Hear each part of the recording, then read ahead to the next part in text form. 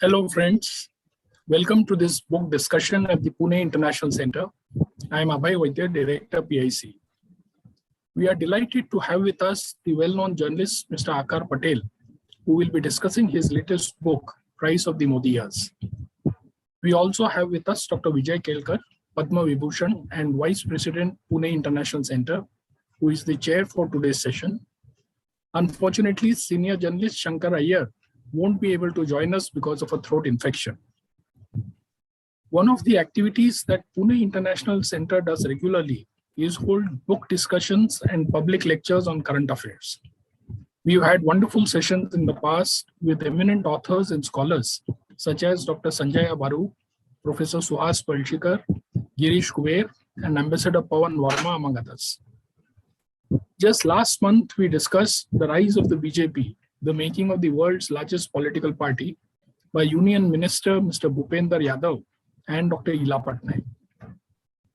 Today, we are discussing Mr. Akar Patel's book on the impact of Prime Minister Modi's politics and personality on the nation.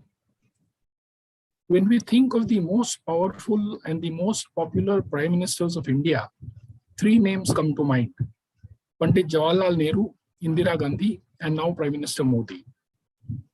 Mr. Akar Patel's book is about Mr. Modi, and this discussion is therefore important to understand contemporary politics. Our guest speaker is the former chair of Amnesty International India. He is a syndicated columnist who has edited English and Gujarati newspapers. His books include Why I Write, a translation of Sadat Hasan Manto's Urdu nonfiction, Our Hindu Rashtra, What It Is, How We Got Here, a study of majoritarianism in India and Pakistan, and The Anarchist Cookbook, a guide on why and how to protest. Dr. Vijay Kelkar, the chair for today's session, has served as chairman of the 13th Finance Commission. He has also served as the Finance Secretary and Petroleum Secretary and as Executive Director, International Monetary Fund, in charge of India, Sri Lanka, Bangladesh, and Bhutan. I would like to mention briefly that our think tank, Pune International Center, is now in its 11th year and works in the areas of national security, energy, environment and climate change, social innovation, urbanization and economic reforms, and technology and national innovation ecosystem. Last year, PIC's book, Rising to the China Challenge, was published. It has been authored by 6 eminent members of the PIC, including Dr. Kelkar, and the book was published by Rupa. Before I hand over the floor to Dr. Kelkar, I would like to mention that today's discussion has a Q&A session, and you are welcome to post your questions in the question box. This program will come to a close at around 6:45 p.m. Over to you, Dr. Kelkar. Thank you, Abhay. I add my voice to the Abhay to welcome Dr. Patel. This is this outstanding book which we are going to discuss today. It's a book which I think everybody will benefit reading from it. It is a completely data-based and is based on enormous amount of scholarly work. And it's really absolute pleasure to have Akar with us, and I'm really grateful to him for his agreeing. So, as Abhay mentioned, first Akar has agreed to speak for 20-25 minutes, and then floor will be open for questions. Put questions in a chat box, and Abhay will curate them, and we will pass it on to the speaker for his comment. And if time permits, and I will make a few comments of my own at the conclusion of this today's session. So I invite Akar Patel to speak. His floor is yours. Thank you very much. Thank you to PIC. Thank you, Dr. Kelkar. Thank you, Dr. Mashelkar. Thank you, Mr. Vaidya. Thank you to all of you who have joined. This book essentially is a history of India post 2014, and I've looked at the polity across the various verticals. I'll speak about 2 of them today, which is the economy and society. But I also have chapters on civil society, the judiciary, governance on national security and foreign policy. And I believe, it is my belief that there has been a departure post 2014 in this country in many ways. And on many of the verticals, this departure is visible. I'll start off with some numbers on the economy, and these are all from the book.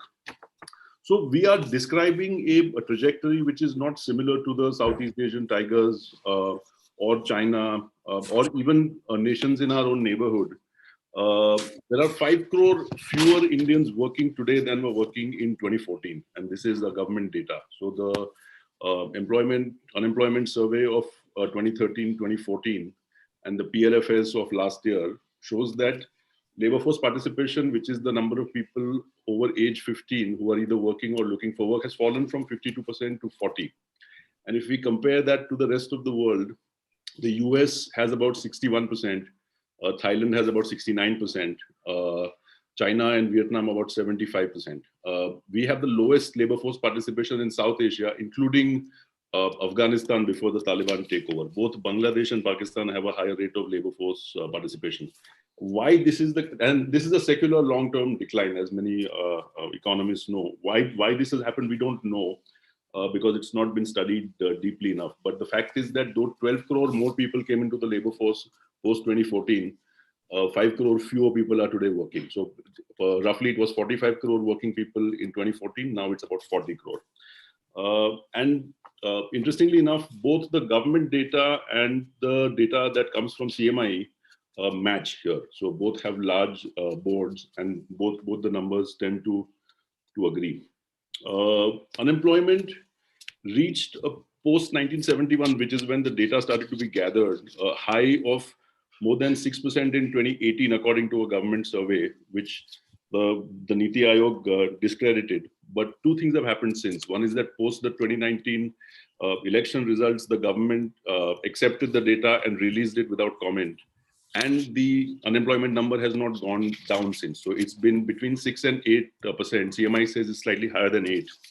But the point here is that for the last 4 years, it's remained above that 6% on a smaller base of 40% labor force participation.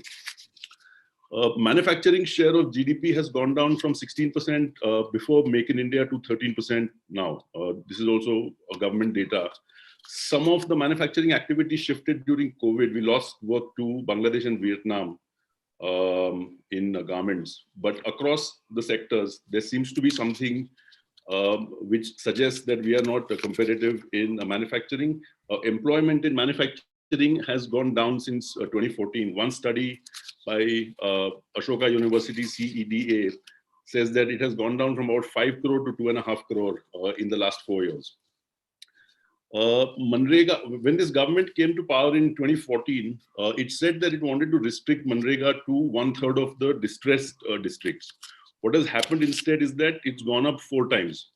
So from 34,000 crore rupees in 2014, it hit 1,11,000 crore rupees in 2020. It's not gone down since. Demand is still unmet. Activists say that demand is higher now than it has ever been. Indians were spending less on food and consuming less in 2018 than they were in 2012, according to a government survey. This was also discredited and not released. The last chief economic advisor, Subramaniam, K. Subramaniam, asked the government to release it, but it's not been put out yet. Some of this consumption data, including on food, seems to be borne out by the Family Health Survey, which says that including in states like Kerala and Bengal and Maharashtra, incidents of wasting, stunting, anemia especially have gone up. In some states over 2005, in many states over 2015, which was the previous round. There was a sequential decline in GDP growth beginning in January 2018, which went on for 13 quarters. So more or less sequential. There was some data that was tweaked in the last quarter of financial 2020, which was surprising to many people, including Soumyakanti Ghosh, who said that it ought not to have been done.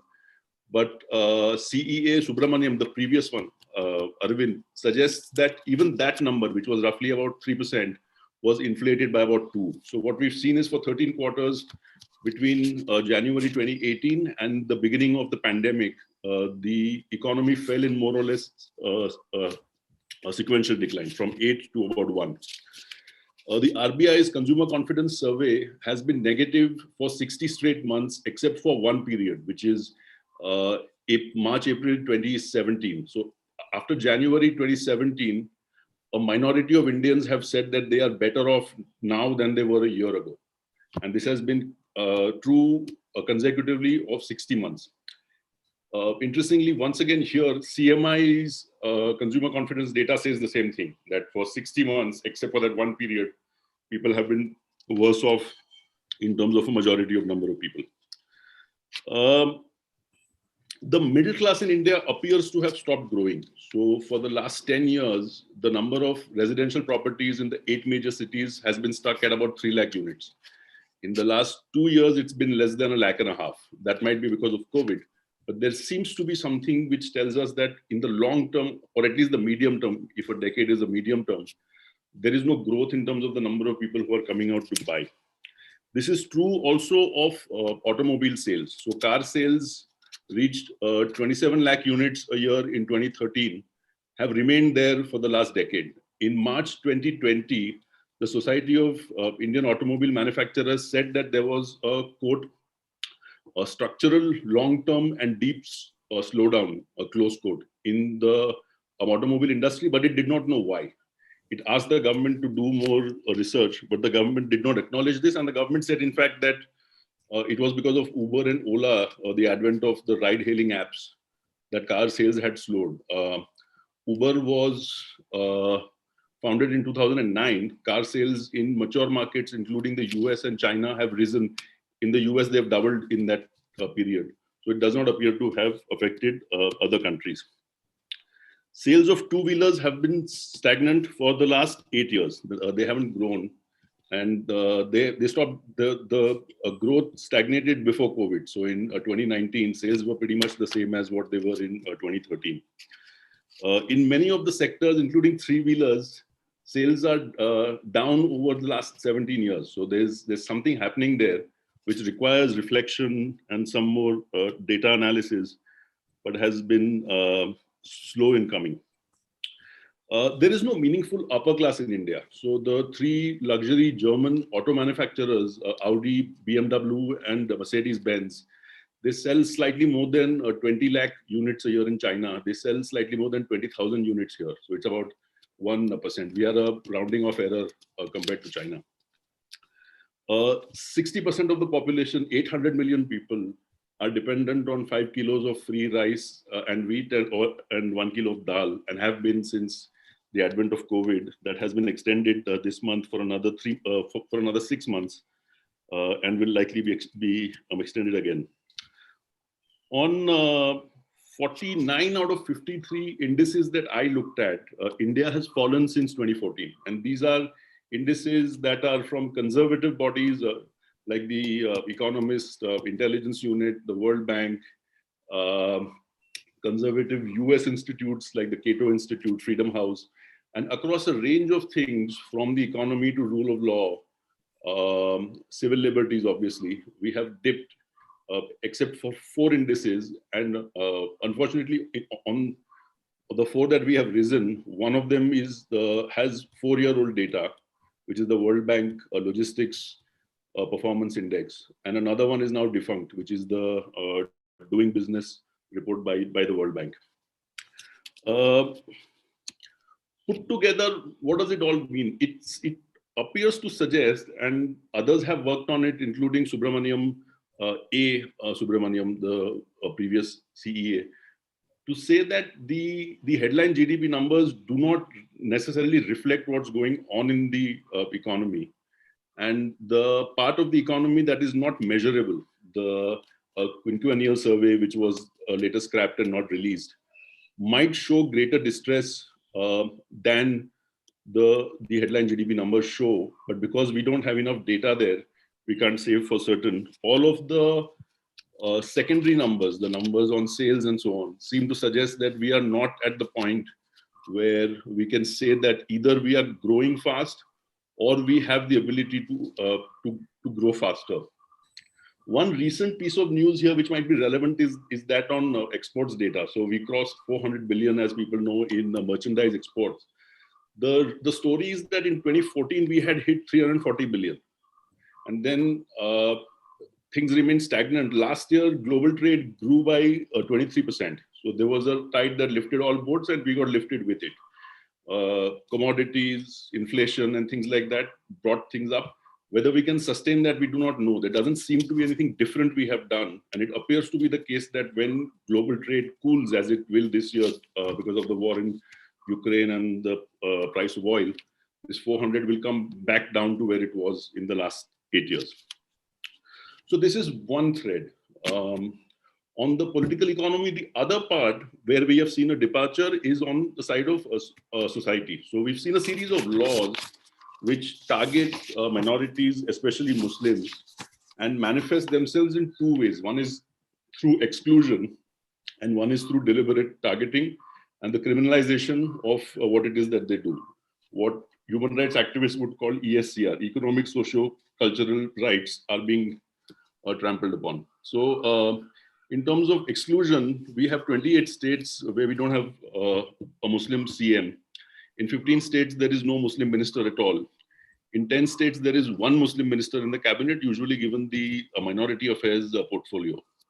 The union government has 303 Lok Sabha MPs, of whom none is a Muslim. And in the last Lok Sabha, they had 282, none of whom was a Muslim. This goes back to what the Janasangh said in 1965. Deen Dayal Upadhyay said that the aim of the Janasangh Bharatiya Janata Party was the political defeat of Muslims. He didn't say, and that speech was made incidentally in Pune in 1965. He didn't say to what end that defeat was to happen, but it appears to be the case, given the fact that the BJP is the dominant party now and will remain in so for the near future, with a 40% plus vote share in very large parts of the country, including a 38% share in Bengal, that they have achieved this defeat, but to what end, that we don't know. Moving to the laws, beef lynching as a category of violence began post 2015, when the Prime Minister pushed for laws against what he called was the Pink Revolution, and two states then run by the BJP responded, Maharashtra first and Haryana then, and criminalized the possession of beef with the reversal of burden of proof. So if you were accused of having beef in your fridge, it was for you to prove that that meat was not beef. And Gujarat has, as of 2019, applied the life sentence for cattle slaughter, which is ostensibly an economic crime. No other white-collar crime attracts life in India. And a man was convicted in 2019 in Gujarat after he was accused of serving beef at his daughter's wedding. The state could not prove that this was the case. The FSL said that they didn't know if it was beef or not. The judge sentenced him to 10 years, saying that since the state could not prove it, it was for him to prove that the meat that had been consumed was not beef. That was later overturned by the High Court. But this is the meaning of the reversal of burden of proof.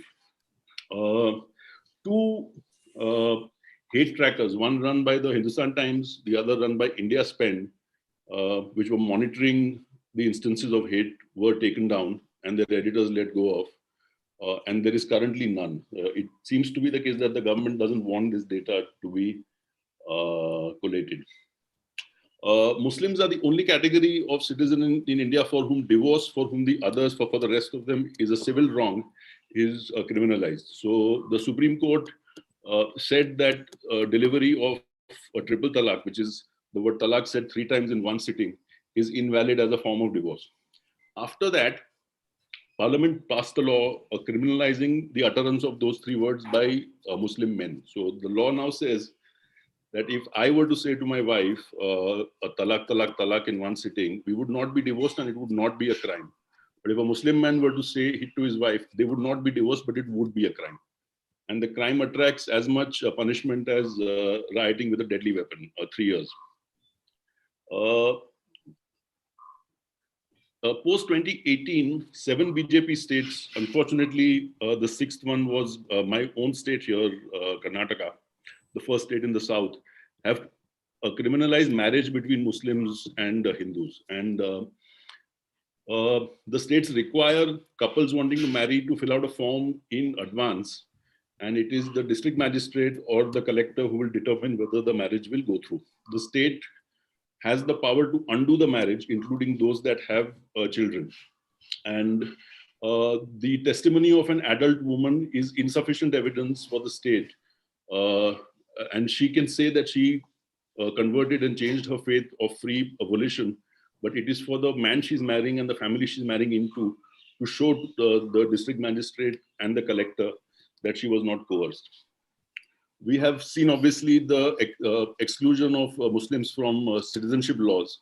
The CAA was passed in 2019, has not yet been applied on the ground because of mass protest and international pressure, but it remains law. The NRC, for now, appears to have been put in abeyance, but there are stories every now and then saying that the census will be accompanied by the NPR, which is obviously the first step of the NRC and targets Muslims again.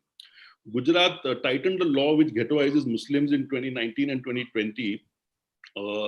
Property sales between Muslims and Hindus in every city in select neighborhoods cannot happen without the permission of the collector or the district magistrate. So Muslims and Hindus wanting to rent or buy properties from each other have to fill out a form declaring their faith, and it is the government to determine whether that rent or sale can go through. Sorry, just a minute.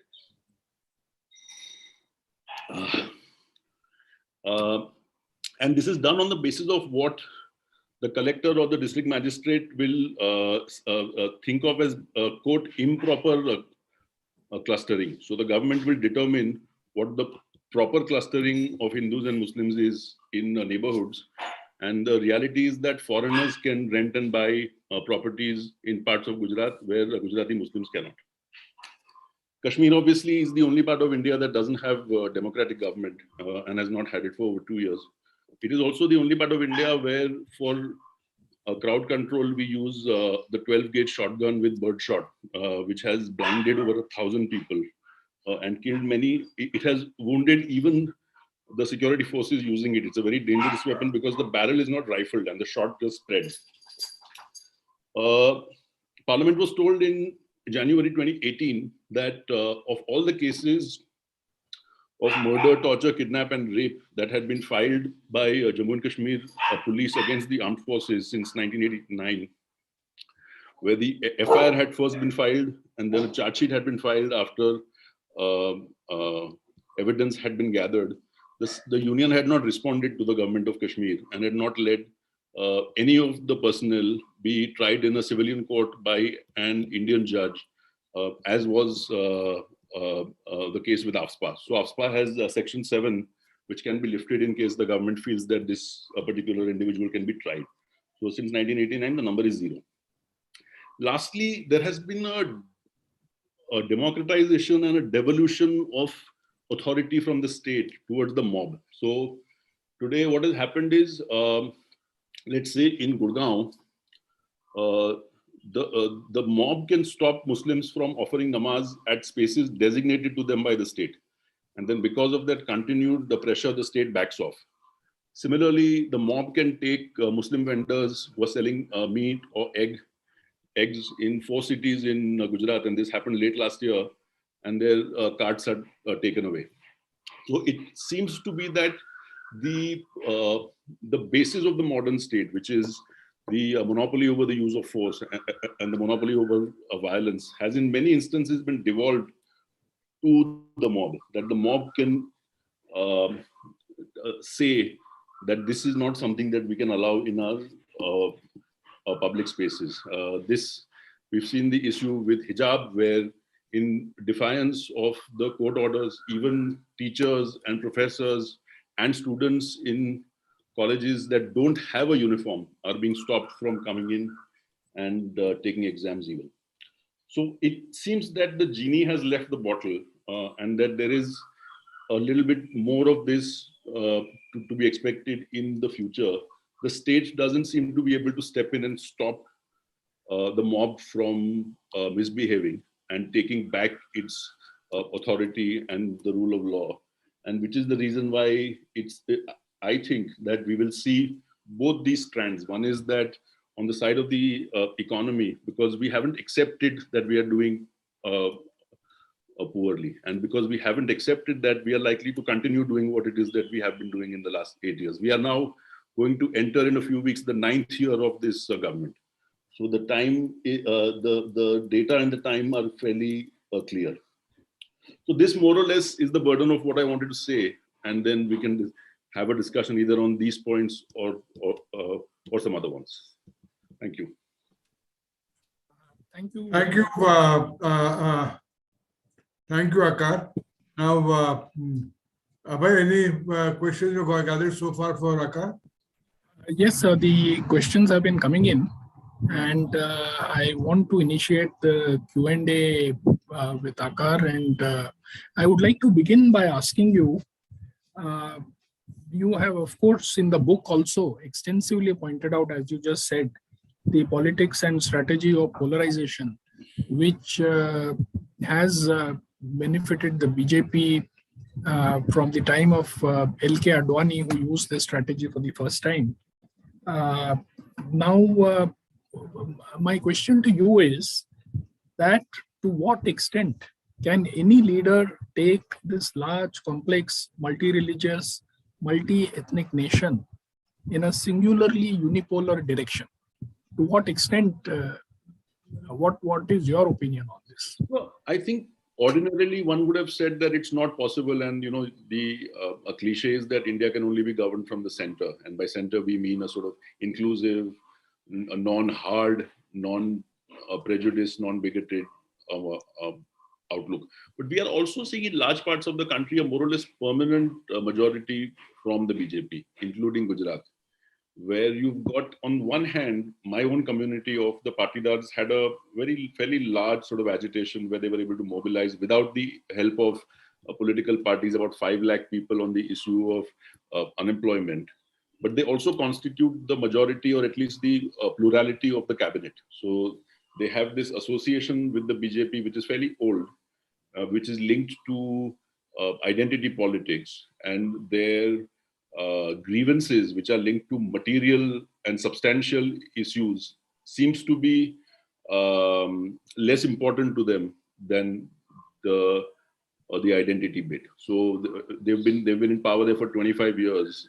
It is not the case that anybody can show that in those 25 years life improved. The other thing is that in large parts of the country, the BJP is hitting numbers which are unprecedented. I think that let's say in UP, the BJP is taking 40% or more of the vote and has done so since 2014, which has never happened. And in fact, in 2019, it approached 50%. In the first past the post system, that's not really beatable.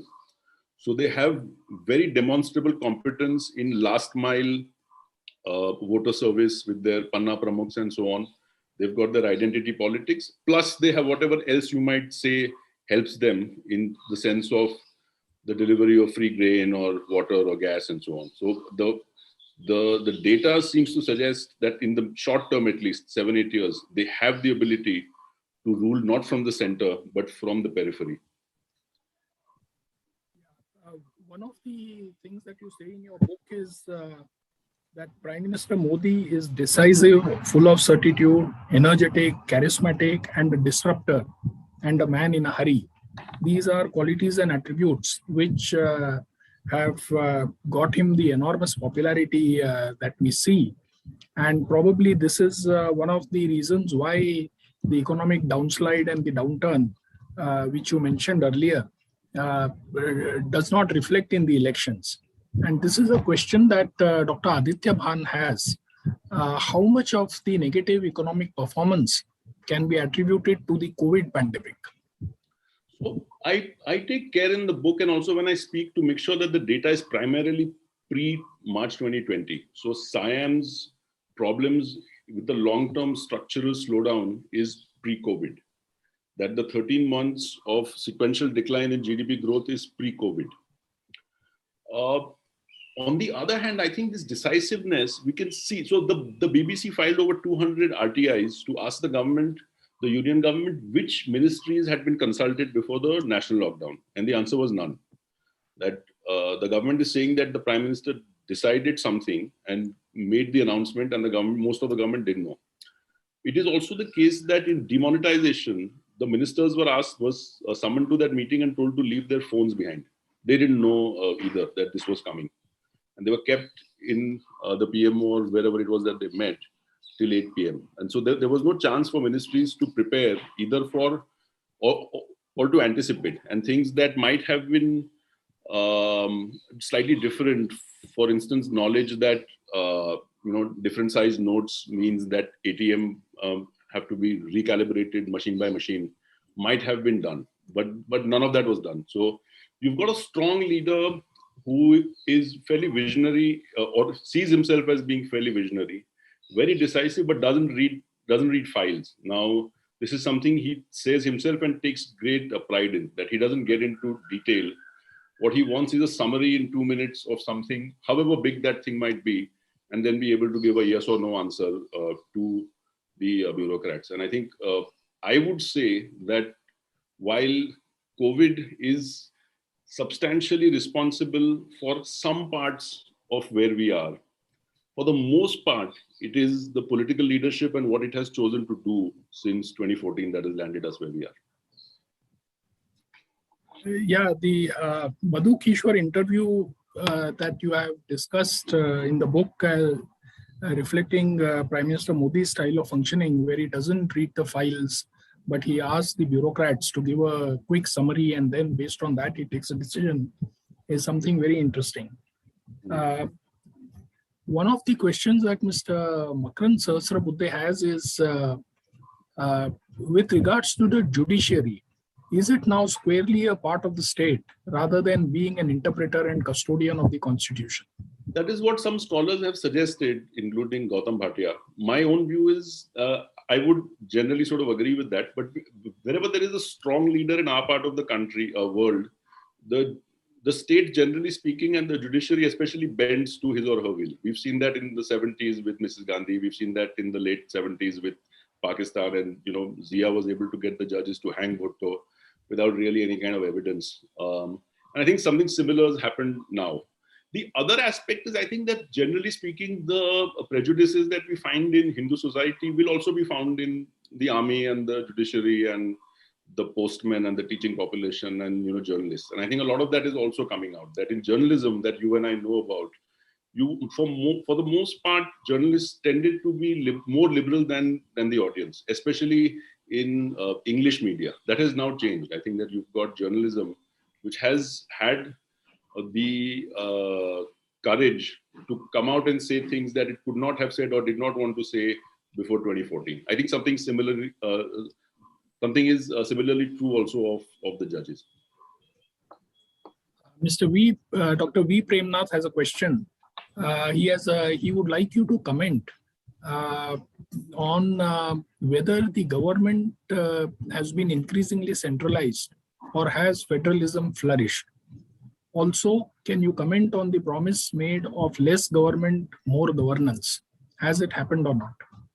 So I would say that Mr. Modi's style in Gujarat and now is to deal with people who are not themselves elected and don't have too much power. So if you look at Mr. Goyal, Ms. Sitaraman, Mr. Jaishankar, Mr. Jaitley before them, these are people who've never won a seat on their own. For that reason, cannot say no to him. And that's what he likes, that the larger ministries are controlled by a set of bureaucrats, including some that have worked with him for more than 20 years. So P.K. Mishra, who's the principal secretary in the PMO, was the chief secretary of Gujarat when Mr. Modi became CM in 2001. So that's a 21-year association with the same man. The other thing is that I think the RSS, generally speaking, and the Janasangh specifically, did not like the idea of a federal structure. So Deen Dayal Upadhyay said that he didn't want India to be a federation of states, because that would mean, Banga Mata, Tamil Mata, Gujarat Mata, which he didn't want. He only wanted one Bharat Mata, and there would be one legislature in Delhi. What would connect it to the village, he didn't write about or speak. But his main concern was the indivisibility of the state. What has happened is that the BJP is trying to enforce it. So states have obviously lost their right to taxation for about 95% of taxes. They have lost in sensitive parts of the country, including Punjab and Bengal, the right to patrol their own borders. Law and order is ostensibly a state subject, but for the border areas on the side of Bangladesh and Pakistan, it is now the union that will take over. There has been resistance also. So I think the denial by about 8 states granting the CBI general permission to come in and do what it wants. There has been some element of pushback, but the trend is clear that the BJP wants a strong union, as it always has wanted, and weaker states. Minimum government, maximum governance, it is difficult to say what this phrase means. So Mr. Modi has no written text that he has given us where he defines what his economic worldview is, what his national security worldview is, what is generally meant by minimum government. Does he mean that the size of the government should be smaller? The fact is that compared to other democracies, India has a very small state. The number of policemen per capita or the number of healthcare workers per capita is very, very small here. So you need a larger size government. I do not know whether that is what he meant, but it would be, I'd say 2 things here. A lot of people would say that he has used technology, including Aadhaar, to make delivery much more efficient than it has been in the past and saved the state money. On the other hand, lots of people would say that on large parts of their life, there doesn't seem to be too much change between now and what there was in 2014.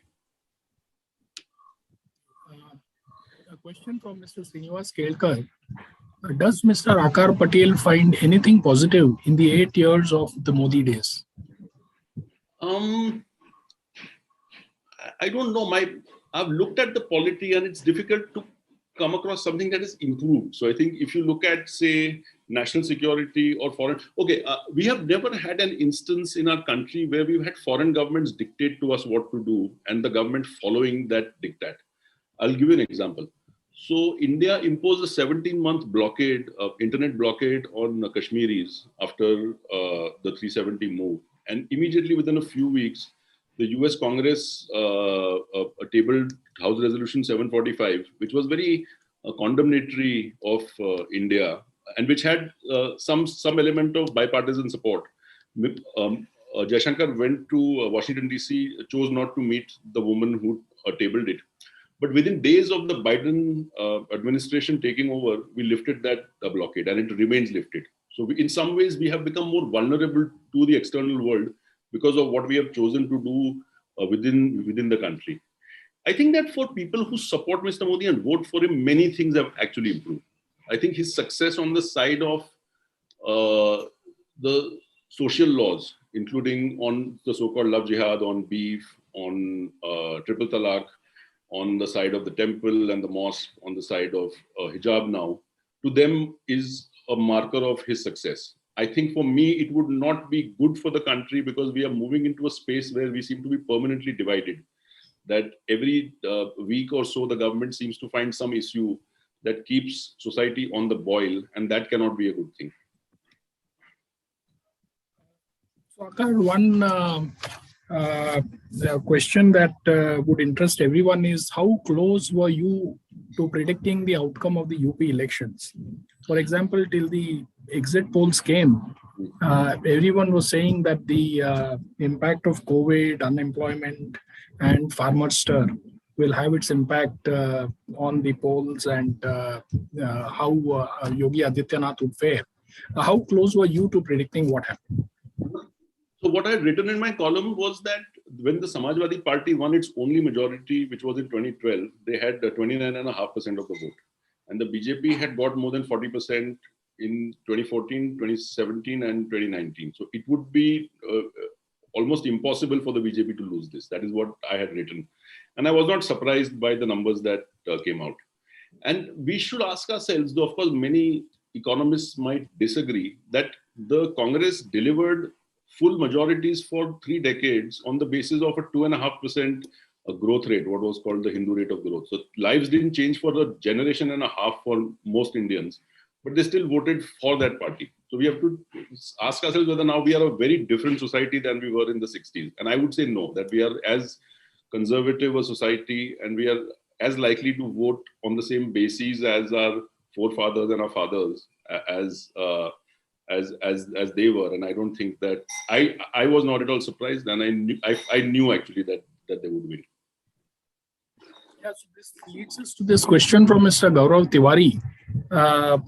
How do you see Mr. Narendra Modi in the 2024 elections?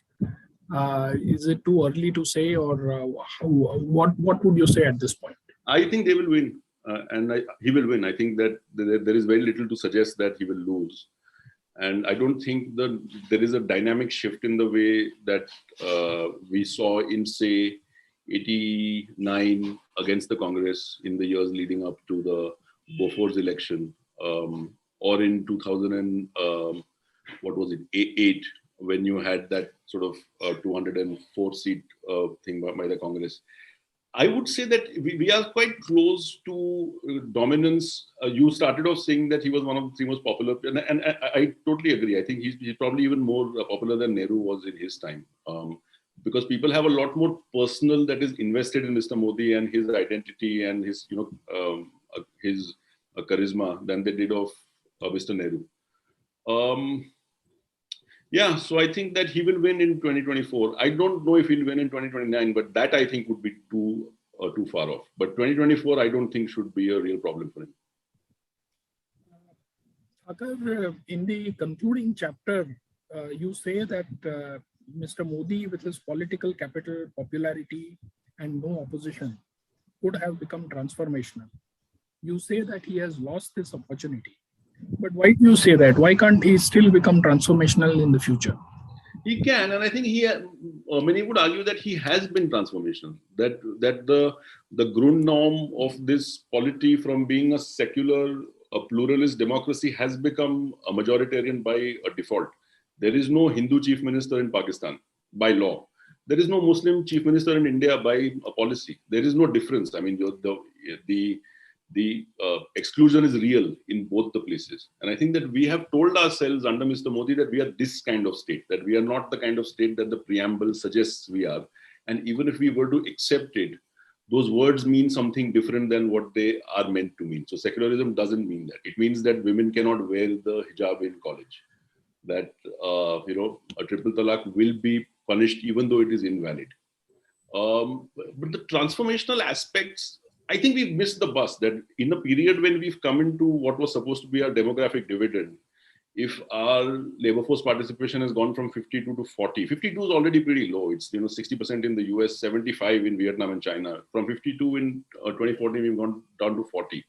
Doesn't seem to, and this again is more or less before COVID. So it's not COVID that has taken a large number of people out of the workforce. There's a secular decline where we are not describing the arc that China described, or South Korea described, or Taiwan described, or the Southeast Asian tigers described. We are going somewhere else, and I fear that somewhere else is a much darker place than we are in today. We have a question from Dr. Deepti Devbakar. Overall, what is your view of the successful vaccination strategy? There was an issue in the second wave, and we saw what a havoc it caused. But it is also a fact that our vaccine manufacturers really picked up, and there has been vaccination, and now things have eased out to a large extent. So what is your view of the vaccine strategy? What is your view of the improvement in road infrastructure undertaken by this government? So on vaccines, what happened was that the government chose not to invest in manufacturing, as the governments in the West had. So the US put in $10 billion into development of the vaccines. India chose not to put in any money. And the money that the Bill Gates Foundation had put in on behalf of dozens of nations was given to the Serum Institute. What happened was India unofficially and, in my opinion, illegally banned the exports of those vaccines that had already been paid for by Gavi. So Gavi is that sort of conglomerate of nations on whose behalf money had been given to Serum Institute. We said there is no ban, but we didn't let them export. And those vaccines were then commandeered, more or less, by the union government. In the absence of that, we would not have had the vaccines. So that is one aspect. The second aspect is that Mr. Modi is a very sort of personal politician. He takes on the responsibility of many things and comes to the forefront. What happened is, after he cancelled his Bengal rallies, as it was manifest that the number of cases, which was rising at about 4.5 lakhs a day, was not going to come down, and people were dying of a lack of oxygen in Delhi. So he disappeared from the public view for 20 days. Did not make a single appearance till that second wave appeared to be in decline. That is not, I thought that was not a good sign. That one has to be in the trenches, rolling up their sleeves, and it doesn't matter if you fail, we will all fail. But to run away, which is what he chose to do, was, to my mind, not the right thing. On roads, I'm told that Mr. Gadkari has done a very good job. My editor in Business Standard, Nainan, has also written that. And I'm perfectly willing to say that, willing to accept rather, that they've done a much better job in constructing roads. I'm told it's double the rate per day than was the case with the UPA. I'll take one last question before we move back to Dr. Kelkar. So this question is, Mr. Dr. Premnath would like your comment on how the informal economy and unorganized sectors has changed, and how has agriculture changed over these last 8 years? So the last PLFS says that for the first time since 47, more people came into agriculture, to work in agriculture, than had in the previous survey, which is the first time it's happened since 1947. We don't know why. So there are more people working today, and that's not a good sign, obviously. Sorry, what was the first part of the question? About the informal economy. The MSMEs, of which sort of employ 90% of the people in jobs, have said that post demonetization especially, and also after GST, they have faced a problem. On the other hand, we've seen that the listed companies' share of profit in GDP has risen to an all-time high. I think it's 4.2% or something like that. So in a smaller economy in 2021, a larger share of profit was made, a larger share of GDP went to the listed companies through a profit, and that also can't be a good sign. Unfortunately, we don't have any real means to be able to get good data or fast frequency data on what that part of the economy is doing. And though all governments have tried, including this one, we will not really know what has happened to it except through consumption figures. And I think that what we are seeing in terms of two-wheeler sales and so on seems to tell us that things are not only not good, they're quite bad. That if you don't rise in 10 years, if three-wheelers are declining over 17 years, there is some serious problem that needs to be addressed. Thank you very much, Akar. I would like to hand over to Dr. Kelkar as we move to the concluding part of our discussion. Akar, let me really thank you for your wonderful presentation and really giving very, very detailed responses to questions. Talk about UP election. Recently, I was in Delhi and I took that positive meeting. People who are probably better informed than I was about UP, because I was also, my prediction was not so good as yours, Akar, and I was thinking that the chief minister would lose. And when I was talking to people, I spoke to the people quite close to who managed the UP election. They told me, and an interesting point that was made to me was the following, is that this schemes which worked far better on the ground in last 30 years in UP than any time. I mean, in terms of free ration, people getting services.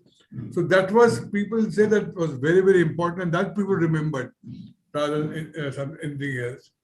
And second point they made, which is to me was ultimately what they called it, that the word they used was the people had Vishwas on the Prime Minister. They have sort of what you call popular faith of Vishwas.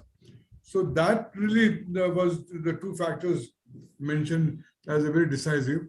But other people also said that additional, and this is a sort of official expression given to me by people close to the party, but other observers showed also that there were also very brilliant tactics were used in terms of using both incentives and disincentives for certain political players, by which they ensured that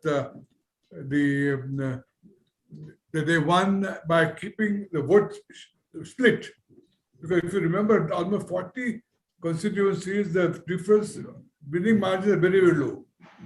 And this tactical sort of measures of what economists call using disincentives and incentives properly designed, and that led to this. So there's a combination of both sheer brilliant tactical politics, plus of course the more long-term view. So UP elections were interesting explanation given to me, because I was sort of very different perspective. But this Vishwas, I think Vishwas factor will play a role in 2040 election also. I think my view is that, and that has it is a very, it's psychological. You can't really explain that in any quantitative way, but qualitative way is somehow he has captured that relationship with the Indian voters. And yes, so to my mind, I think there is some element of separation between the temporal lives that people lead and what they do when they go into the polling booth. So had another prime minister had the record of, so in 2014, India was roughly 50% per capita GDP ahead of Bangladesh. It's about roughly $1,600 versus roughly about $1,100. They caught up not because of the COVID lockdown, but before that. They caught up slowly and they did well, whereas we slid. I don't think too many other leaders would have survived that. That you put the country behind Bangladesh, in that one sentence, incompetence can be packaged. But not only has he survived it, he has sort of thrived through it. Yeah, but having said that, Akar, you cannot completely cheat the numbers. In other words, it catches up, and I don't know when it will catch up. Because if this trend continues, his charisma cannot be maybe the only way of overcoming this. But within time will tell what actually happens. Yeah. But really, we didn't have time, but I want to tell the audience that this book is much richer, even more rich than what Akar mentioned. It has a very interesting chapters on media. I mean, I learned a lot from that chapter. I was not aware of many factors. Then he has a very interesting chapter on even the security issue, what you call Doval Doctrine, and then also the chapter in the governance.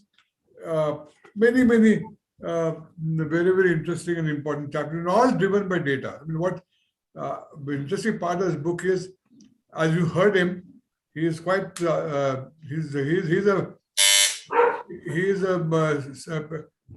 what I call a prisoner of data. Data drives him, and I think that's what the importance of this book is. So, having said that, once again, Akar, we look forward to see you again in near future, and I invite all of my colleagues to join virtual give hands to Akar, and show our appreciation. Thank you very much. To all of you. Yeah, Akar, just one question I can't resist asking you this.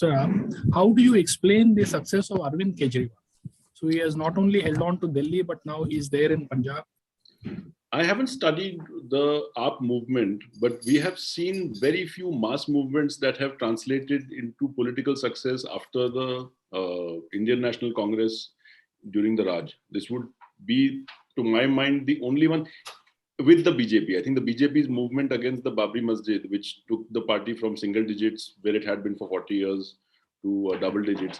I think a very urban, very upper caste audience, like a limited Singapore type audience, where the messages that they were sending might be received better, could explain this. I claim not to know too much about this, but this is my theory.